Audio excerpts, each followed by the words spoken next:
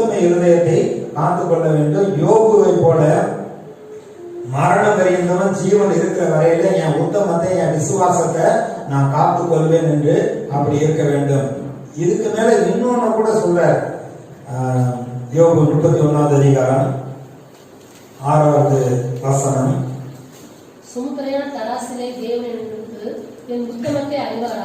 அப்ப என்ன சொல்றேன், நான் வாயில சொல்றது மாத்திரம் கிடையாது, இருதயங்களை ஆராய்ந்து பார்க்கிறவர், என் ஆவியை நிறுத்து பார்க்கிறவர். நல்ல ஒரு தராசுல, புது தராசுல, பொதுவாக தராசு வாங்கி இந்த எலக்ட்ரானிக் தராசுலாம் அந்த வாங்கினா கொஞ்ச நாள் ஆக ஆக இடம் வித்தியாசம் வரும்.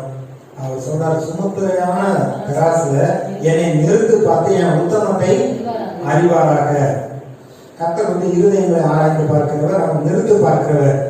அது பழைய ஏற்பாட்டில் ஒரு சம்பவம் சொல்லப்பட்டிருக்கு. தானியேல் 5வது அதிகாரத்துல 25 இருந்து 27 வரைக்கும் வாசிக்க வேண்டாம், நான் சொல்ல கேள்வியன். பெல்ஷாத்சார் ராஜாங்கிற ஒரு ராஜா, அவன் என்ன செய்யலாம், தானும் தன்னுடைய மனைவிகளும் தன்னுடைய வைப்பாட்டிகளும் அவர்கள் திராட்சரசம் குடிப்பதற்கு கர்த்தருடைய ஆலயத்தின் பனிமுட்டுகளை வெள்ளியும் பொன்னையும் எடுத்துக்கொண்டு வந்து அதுல திராட்சரசம் ஊற்றி அவர்கள் பரிமாறி அவர்கள் குடித்தது மாத்திரமல்ல, ஜீவன் இல்லாத கல்லையும் மண்ணையும் அவர்கள் தேவர்களாக புகழ்ந்து பாடுகிற பொழுது அவர்கள் பெரிய விருந்து நடந்துகிட்டு இருக்கிறப்ப சுவற்றில ஒரு கை உறுப்பு தோன்றி, மேனே மேனே தெக்கல் உபாசின், மேனே மேனேன்னா உன்னுடைய ராஜ்யத்தை மட்டுப்படுத்தி அதுல குறைவு உண்டாயிடுச்சு. தெக்கல் என்பதுங்கிறது மேனே மேனே தெக்கல் உபாசின், நீ தராசிலே வைக்கப்பட்டு குறைபடியாய் காணப்பட்டபடியினால் உன்னுடைய ராஜ்யம் உன்னை விட்டு நீங்கும். அந்த கை உறுப்பு எழுதி போட்டவனே அவனுடைய அர்த்தம் தெரியல. எவ்வளவு குடிச்சு அப்படி நிறந்துகிட்டு இருந்தாங்க. எல்லாருக்கும் வேர்த்து விறுவிறுத்து அங்க சொல்லப்பட்டு இந்த ராஜாவுடைய கை காலெல்லாம் நடுங்க ஆரம்பித்து விட்டது. இப்படி ஒரு வார்த்தை எழுதி இருக்கிறதே, கூப்பிட்டு சோசியரை மந்திரவாதி எல்லாரையும் கூப்பிட்டு இருக்கு விளக்கம் சொல்லுனா யாருக்குமே தெரியல. தானியேல் அழைக்கப்பட்ட பொழுது அந்த வார்த்தையை வாசித்து விளக்கம் சொல்லுகிறான். உம்முடைய தகப்பனாகிய நேபுகாத்நேச்சர் இப்படி கர்த்தர் ராஜ்யத்தை கொடுத்தார், அவருக்குள்ள பெருமை இருந்தபடினால தேவனுடைய நியாயத்திற்கு ராஜாங்கத்தை விட்டு அவர் காட்டுக்கு போனாரு. 7 வருஷம் அவர் காட்டுல இருந்தாரு. மறுபடியும் உன்னதமானவர் ஆளுகை செய்து மனிதனுக்கு மேன்மையும் கனத்தையும் ஐஸ்வர்யத்தையும் கொடுக்கிறாருன்னு அறிந்து தேவனை புகழ் மட்டும் அவர் காட்டுல அவன் புள்ள மேய்தான் சொல்லப்பட்டிருக்கு.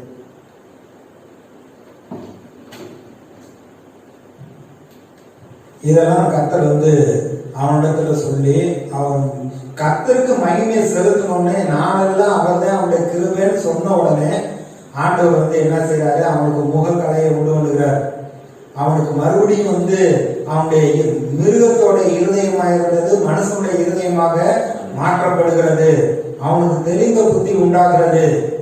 7 வருஷமா அவனுடைய மந்திரிமார்களோ குமாரனோ யாருமே அந்த நேபுகாத்நேச்சரை தேடி காட்டுக்கு வரல. அவங்களுக்கும் ஒரு எண்ணத்தை உண்டாக்கி ராஜாவை தேடி வருகிறார்கள். இப்ப ராஜா காட்டுக்குள்ள இருந்து நாட்டுக்குள்ள வர்றப்ப உடனே மறுபடியும் அவனை கண்டுபிடித்து மறுபடியும் ராஜாங்கத்தை கொடுத்தாரு. உன்னுடைய சுவாசத்தை அவருடைய கையில வைத்திருக்கிற அந்த ஜீவனுள்ள தேவனுக்கு மகிமை செலுத்தாம அவருடைய பரிசுத்த பனிமுட்டுகளை வைத்து நீ இப்படி செய்தபடினால உன் ராஜ்யம் உன்னை விட்டு போய்விடும். தராசுல நிறுக்கப்பட்டு நீ குறைபடியாய் காணப்பட்டாய்ன்னு சொல்றாரு. அன்றைக்கு இரவே அவன் மரித்து போகிறான்.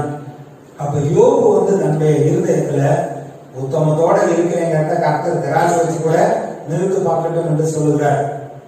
அப்ப நம்முடைய வாழ்க்கையிலையும் கர்த்தரை பின்பற்றுகிற, கர்த்தரை நேசிக்கிற, கர்த்தருடைய கட்டளைகள்ல நம்ம கை கொண்டு நடக்கிறப்ப அந்த வார்த்தையின்படி கர்த்தருக்கு முன்பாக உத்தம இருதயத்தை நம்ம காத்துக்கொள்ள வேண்டும். எல்லா காவலோரும் இருதயத்தை காத்துக்கொள், இந்த இடத்துல இருந்து ஜீவ ஒன்று புறப்படும். நம்முடைய உத்தமத்தை காத்துக்கொள்ள வேண்டும். தாவீதை குறித்து கர்த்தர் புதிய பாட்டுல சொல்றப்ப தாவீதின் இருதயத்துக்கு ஏற்றம்னு சொல்றார். ஆனா சாலமோனுக்கு கர்த்தர் தாவீது புத்தியும் சொன்னா ஆண்டவருடைய ஜெபம் பண்ணவும் செய்தான். அவர் சொன்ன ஒரு வார்த்தை, இந்த ஆலயத்தை கட்டி முடிக்கிற வரைக்கும் உன்னைய கைவிட மாட்டாருன்னு மாதிரி கைவிடாம இருந்தாரு. இவன் என்னைக்கு கர்த்தரை கைவிட்டானோ ஆண்டவர் அவனை கைவிட்டார். 2 ராஜாக்கள் 11:4 சொல்லப்பட்டிருக்கு. ஆண்டவர் தரிசனமாகி 2 விஷயம் அவனுக்கு எச்சரிப்பு கொடுக்கிறார். நீ ஜாதிகளோட கலக்கக்கூடாது, நீ அந்நிய ஜாதிய அவங்க அன்பு கொண்டு அவங்கள மனைவியாக்கி கொள்ளக்கூடாது, விக்கிரகங்களை சேவிக்க கூடாதுன்னு 2 தடவை சொன்னாரு. ஆனா அங்க வசனம் சொல்லுகிறது, அவன் அந்நிய ஸ்திரீயின் மேல் அன்பு வைத்து அவர்களோடு ஐக்கியமாயிருந்தான். ஐக்கியமாயிருந்ததுனால அங்க கர்த்தர் சொல்றாரு, என் தாசனாகிய தாவீதை போல சாலமோனுடைய இருதயம் உத்தமமா இருக்கவில்லைன்னு சொல்லப்பட்டிருக்கு. அதுக்கப்புறம் அவனுடைய ஸ்திரீகள் அவனை வழிக்கு போக பண்ணினார்கள். எல்லா அந்த காலத்துல சாலமோனுடைய ராஜாவுடைய காலத்துல அவனுக்கு மொத்தம் 1000 மனைவிகள் இருந்ததுனால அந்த புறஜாதிகளுடைய மனைவிகள்லாம் தன்னுடைய தெய்வத்திற்கு ஆலயம் கட்ட வேண்டும் என்று சொன்னபடினால கட்டினது மாத்திரமல்ல, அவைகளுக்கெல்லாம் படியிட்டதுனால அங்கே அவனுடைய இருதயம் உத்தமமாய் இருக்கவில்லை என்று சொல்லப்பட்டிருக்கிறது. யாரு என்ன சொன்னாலும் என்ன ஐடியா கொடுத்தாலும் கர்த்தருக்கு முன்பாக நம்முடைய உத்தம இருதயத்தை காத்துக்கொள்ள வேண்டும். அதே 1 ராஜாக்கள் 14 யெரொபெயாம் என்ற ஒரு ராஜா, அவன் இஸ்ரவேல்ல ராஜாவா இருக்கிறப்ப கர்த்தர் அந்த சமஸ்த இஸ்ரவேல் மேல தாவீது, முன்னுக்கு சவுலு, அதுக்கப்புறம் தாவீது, அவனுடைய குமாரனாகிய சாலமோன். இந்த சாலமோனுடைய காலத்துல ராஜ்யம் 2ஆ பிரியுது. ஒரு கோத்திரத்தார் தான், யூதா கோத்திரத்தாருக்கு அந்த சாலமோனுடைய குமாரனாகிய ரெகொபெயாம் ராஜாவா இருக்கிறான். இந்த சாலமோனுடைய வேலைக்காரன்ல ஒருவன் யெரொபெயாம்ங்கிறவன் கர்த்தர் ஒரு தீர்க்கதரிசி மூலமா சொல்றாரு, அவனை கூப்பிட்டு அவன் போத்தி இருந்த சால்வை எடுத்து 12 துண்டா கிழிச்சு நீ 10 துண்டை எடுத்துட்டு நீ போ அப்படின்னு உடனே அவன் என்ன செய்யறான், 10 பீஸை எடுத்துட்டு போறான். என்ன அப்படின்னா, உனக்கு 10 கோத்திரத்தை கொடுக்குறேன்னு சொல்றாரு. அது போல 10 கோத்திரத்துக்கு இஸ்ரவேலுக்கு ராஜாவா இருக்கிறான்.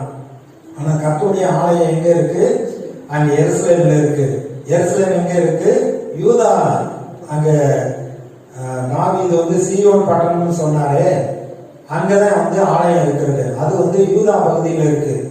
அப்ப இந்த இஸ்ரேல் பகுதியில் இருக்க மக்கள்லாம் அங்க போக கூடாதுங்கிறதுக்காக இவன் என்ன செய்யறான், கர்த்தரை உத்தமமா பின்பற்றாம ரெண்டகம் பண்ணி என்ன செய்யறான், தான்ல ஒண்ணு பெத்தேல ஒண்ணு கண்ணுக்குட்டியை செஞ்சு வச்சு இதை கும்பிடுங்க, பழி செலுத்துங்க, அங்க போகாதீங்கன்னு தடுத்துட்டான். இதுவும் மாத்திரமல்லாமல் ஜனங்கள்ல ஈனமானவர்களை அங்க ஆசாரியனாக நியமித்து வைத்து அவனே ஒரு நாளை குறித்து இது கர்த்தருடைய பண்டிகை என்றுதான் அவன் சொல்லிக் கொள்கிறான். இப்படி சொல்லிக் கொண்டு இருந்த அவனிடத்துல பாத்தீங்கன்னா கர்த்தருடைய நியாய தீர்ப்பு வருகிறது. என்ன அப்படின்னா, அவனுடைய குமாரன் ரொம்ப வியாதிப்பட்டு மறிக்க போகிற நிலைமையில இருக்கிறப்பதான் இப்ப வீட்டுல சமாதானம் இல்லை, நிம்மதி இல்லை. இப்ப கர்த்தரிடத்துல விசாரிக்கும்படியாக தன்னுடைய மனைவிய ராஜகுமாரத்தியை போல இல்லாம சாதாரண ஒரு பெண்ணை போல வேஷம் மாதிரி நீ அந்த தீர்க்கதரிசியில போய் அந்த பட்டணத்துல அங்க கர்த்தருடைய மனுஷன் இருக்காரு, அவர்கிட்ட போய் கேட்டுவான்னு சொல்லி அவன் அனுப்புறான். இவனும் போறான். அங்க தீர்க்கதரிசி என்ன சொல்றாருன்னு பாருங்க. 1 ராஜாக்கள் 14வது அதிகாரம்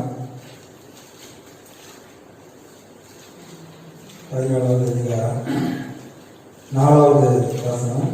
யெரொபெயாமின் மனைவி செய்தால் அவள் எழுந்து சீலோவுக்கு போய் அகியாவின் வீட்டுக்குள் பிரவேசித்தாள். அகியாவோ முதிர் வயதானதினால் அவன் கண்கள் மங்கள் அடைந்து பார்க்க கூடாது இருந்தான். கர்த்தர் அகியாவினிடத்தில், இதோ யெரொபெயாமின் மனைவி வியாதியா இருக்கிற தன் குமாரனுக்காக உன்னை ஒரு விசேஷம் கேட்க வந்திருக்கிறாள். நீ அவளுக்கு என்னென்ன பிரகாரம் சொல்ல வேண்டும். அவள் உட்பிரவேசிக்கிற போது தன்னை அந்நிய ஸ்திரியாக காண்பிப்பாள் என்றார்.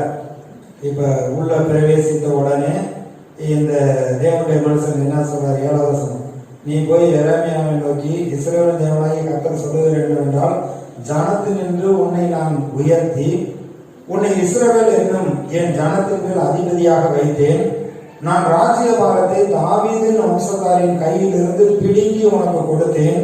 ஆனாலும் என் கற்பனைகளை கை கொண்டு என் பார்வைக்கு செம்மையானதை செய்ய தன் முழு இருதயத்தோடும் என்னை பின்பற்றின என் தாசனாகிய தாவீதை போல் நீ இராமல் உனக்கு முன்னிருந்த எல்லாரை பார்க்கிலும் பொல்லாப்பு செய்தாய்.